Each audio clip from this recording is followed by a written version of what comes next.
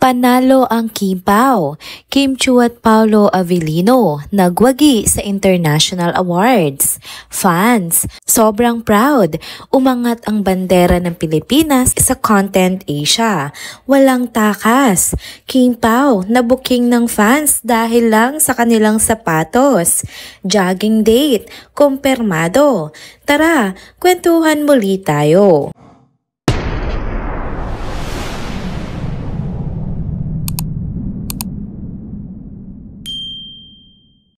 Hello mga ka-trenders! Welcome back muli sa ating channel. Kung bago pa lamang kayo dito, huwag nang kalimutang mag-like, mag-subscribe at i-hit na rin ang bell notification para lagi kayong updated sa mga balitang trending at napapanahon. Mga ka-trenders, exciting na balita para sa lahat ng solid Kim Pao fans dahil muli na namang pinatunayan ni Kim Chiu at Paolo Avellino na sila talaga ang pambato ng bansa sa international stage.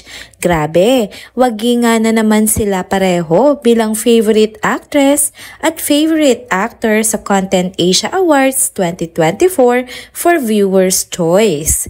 Kung tutuusin, sobrang espesyal nitong recognition na to kasi hindi lang basta local award ang pinag-uusapan dito.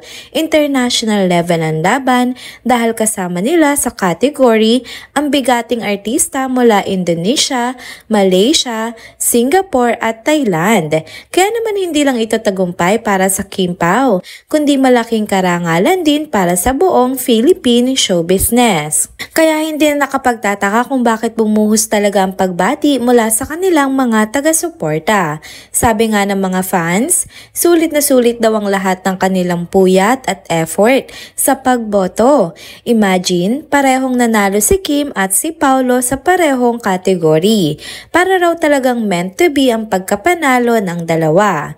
Kung iisa-isahin natin ang dami ng komento online, makikita mo talaga na ang common ground ng lahat ay ang matinding saya at pride para sa dalawa. Halos lahat sinasabi na deserve ng Kim Pao ang recognition na ito, lalo't pinaghirapan nila at pinakita ang husay nila sa kanilang mga proyekto. Nadagdag pa syempre ang walang sawa at solid na suporta ng fandom na hindi bumibitaw sa pagboto at sa pag-promote para masigurong wagi ang kanilang tambalan. Bukod sa recognition na ito, malaking bagay din na mas nakikita na ngayon ang impact ng tambalang Kim Pao sa labas ng bansa. Hindi lang sila basta kinikilig ng mga Pinoy fans, kundi pati mga dayuhan na rin ay na-appreciate ang kanilang chemistry at galing nga sa pag-arte. At dahil sa panibagong milestone na ito, marami ang naniniwala na mas lalo pantitibay ang samahan ng Kim Pao, both on and off screen. Kaya abangan na lang natin mga ka-trenders kung hanggang saan nga ba hahantong ang kilig fever na hatid ng Kim Pao. Kasi kung sa awards pa lang panalong-panalo na, paano pa kaya sa mga susunod na proyekto nila, 'di ba? Siguradong mas marami pang pasabog at achievements ang dapat nating i-look forward mula sa kanila. Sa ngayon, let's celebrate muna ang panalo ng Kim Pao. Isang patunay ito na basta't nagtutulungan ng fandom at ang idols nila, walang imposible. Hindi lang sila basta nagbigay ng kilig, kundi nag-angat pa sila ng bandera ng Pilipinas sa international stage. Next topic naman tayo mga ka-trenders. Walang lusot talaga sa Kim Paolandia dahil kahit gaano pa katalino at kaingat sina Kim Chiu at Paolo Avellino, huli pa rin sila sa matatalas na mata ng fandom. Oo mga ka-trenders, nabisto na naman sila dahil sa isang detalye at walang iba nga yan kundi ang mga sapatos nila. Walang makakataka sa mala telescopic eyes ng mga Kim Pao detectives kahit wala pang full video o malinaw na picture ng dalawa na magkasama, nagawan pa rin ang paraan ng fandom na tukuyin kung nasaan sila at kung ano ang mga ginagawa nila. Literal na bawat galaw ng dalawa, pinagtutugma at pinag-uugnay para makahanap ng resibo. Eto na nga, nahanap ng Kim Paulandia ang matibay na ebidensya na nag-jogging o nag-running together ang Kim Pao. Naalala nyo ba yung silhouette shot nila sa England nitong nakaraang weekend? Yun pa lang, may pasilip na magkasama sila. Pero hindi nga doon nagtapos ang investigasyon.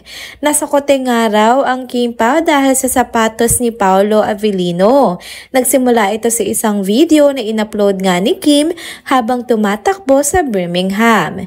Habang enjoy na enjoy si Kim sa kanyang pagja-jogging, may sumilip na detalye na hindi pinalampas ng fandom. Isang rubber shoes na agad nilang in-screenshot at kinulayan pa ng bilog. Patapos noon, itinabi nila ito sa isang photo ni Paolo kung saan malinaw na makikita na suot niya ang parehong sapatos. Bingo! Kumpleto na naman ang resibo at certified matching moment na naman ang Kim Pao. At gaya ng inaasahan, halos mahimatay sa kilig ang mga fans nang makita nila ang pagkakapareho. Para bang na-validate ang kanilang mga hinala at nadagdagan pa ang paniniwalang may malalim na relasyon na nga ang dalawa. Kahit maliit lang na detalye, sapat na para sumabog ang timeline sa saya at kilig. Kung tutuusin, hindi lang naman simple chismis ang nakikita rito ng mga fans. Para sa kanila, yung simpleng rubber shoes ay simbolo ng pagiging komportable ni Kim at Paolo sa isa't isa. Imagine, sa dami ng lugar na pwedeng paglaanan ng oras, pinipili pa rin nilang magkasama sa simpleng activities, gaya nga ng jogging. At syempre, hindi lang kilig ang dulot nito.